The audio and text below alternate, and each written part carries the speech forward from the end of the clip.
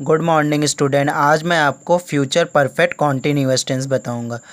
इसकी क्या पहचान होती है? रहा हूँ, रहा होगा, रही होगा, रहे होंगे, रहा होगा आदि शब्द ये जो होते हैं ये लास्ट में आते हैं वाक्य। ठीक है। और इसमें क्या होता है? समय का भी यूज़ होता है।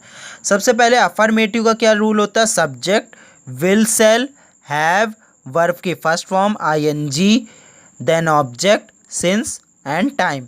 सिंस या फॉर में किसी को भी हम लगा सकते हैं, ये हमारा टाइम के ऊपर डिपेंड होता है।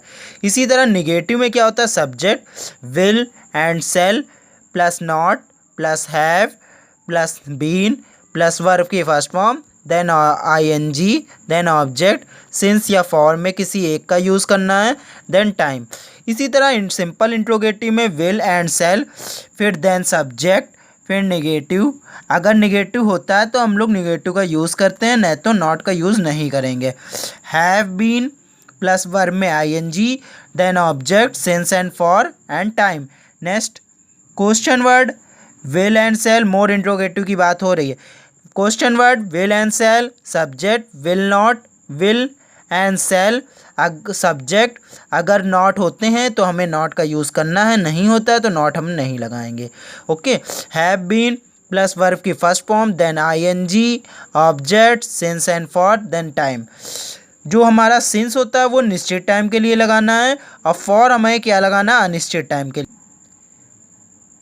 जैसे हमने अफर्मेटिव में एक सेंटेंस दिया, पिताजी 10 मिनट से अखबार पढ़ रहे होंगे, तो क्या बनाएंगे? The father will have been reading the newspaper for 10 minute. यहाँ पर हमें 10 मिनट नहीं क्लियर है कि कौन से 10 मिनट, यहाँ पर हमें टाइम पता नहीं चल रहा, इसलिए हम लोग को यहाँ फॉर को अप्लाई करना पड़ा। इसी तरह से सेकेंड सेंटेंस हमारा, वह 2 घंटे से संगीत सुन रहा होगा।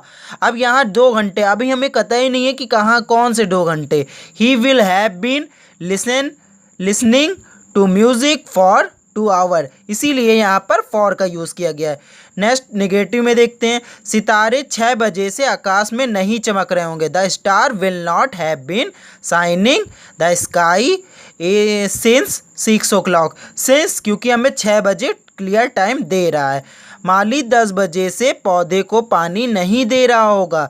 The gardener will not have been watering to the plant since 10 o'clock। यहाँ पर हमारा 10 बजे एक निश्चित टाइम दे दिया गया है। इंट्रोगेटिव, सिंपल इंट्रोगेटिव में, क्या लोग सुबह से पार्क में टहल रहे होंगे? तो क्या बनाएंगे? Will the people have been walking in the park since morning. यहाँ पर भी हमें टाइम क्लियर है, मॉर्निंग। ओके। नेक्स्ट, मोर सुबह से कहाँ नाच रहे होंगे? वेयर, ये हमारा मोर इंट्रोगेटिव है। Where will the peacock have been dancing since morning. Okay bye. अगली क्लास में मैं एक्टिव वॉइस, पैसिव वॉइस, उससे पहले मैं एक क्लास लगाऊंगा जिसमें आपका जितना भी हमने टेंस पढ़ाया वो सब रिवाइज करा दूंगा। Okay bye, thank you.